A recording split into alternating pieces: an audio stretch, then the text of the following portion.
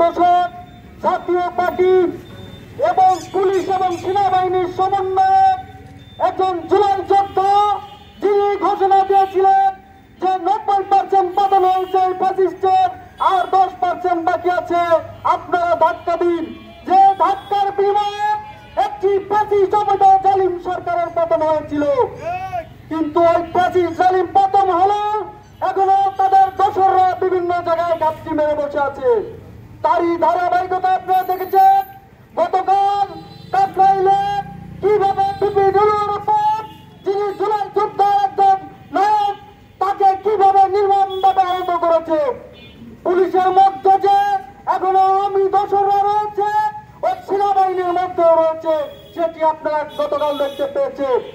এই জুলাই গণঅভ্যুত্থান যে এখনো সম্পন্ন হয়নি, গতকাল ওই ফাঁসিবাদীদের বিপি নুরুর উপর হামলায় সেটি প্রমাণ করে। বন্ধুগণ, আমরা স্পষ্ট ভাষায় ঘোষণা দিতে চাই, সারা বাংলাদেশে ওই জাতীয় পার্টিকে নিষিদ্ধ ঘোষণা করতে হবে। জাতীয় পার্টির কোন কার্যক্রম সারা বাংলাদেশের কোন প্রান্তে আর হতে দেওয়া হবে না। ওই জাতীয় পার্টি রাজবাড়ির মাটিতে তাদের যে কার্যালয়টি রয়েছে সেটি মাটির সাথে মিশিয়ে দেওয়া হবে। এই জাতীয় পার্টি যেন রাজবাড়ির মাটিতে কোন কার্যক্রম সংগঠিত না করতে পারে। প্রিয় রাজবাড়ির সচেতনতা বৃন্দ, রাজবাড়িবাসী, আপনারা ঐক্যবদ্ধভাবে তাদের মোকাবেলা করবে। ওই ফ্যাসিস্ট আওয়ামী দোসররা ওই জাতীয় পার্টির মাধ্যমে আবার বাংলাদেশে মাথা চাড়া দেওয়ার পায়তারা করছে। আমরা ঐক্যবদ্ধভাবে তাদের মোকাবেলা করব।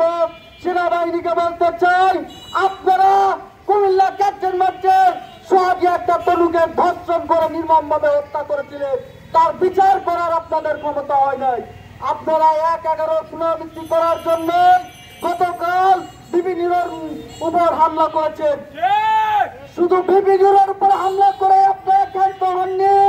আমরা দেখেছি জুলাই আগস্টের একজন কেন্দ্রীয় সমন্বয়ক নাজমুল হাসান সহ অগণিত ছাত্র অধিকার, যুব অধিকার এবং গণ অধিকার নেতা কর্মীদের উপর আপনারা হামলা করেছে, যেটি সারা বাংলাদেশের হৃদয়ে আক্রমণ করেছে প্রতিটা আমজনতার উপর।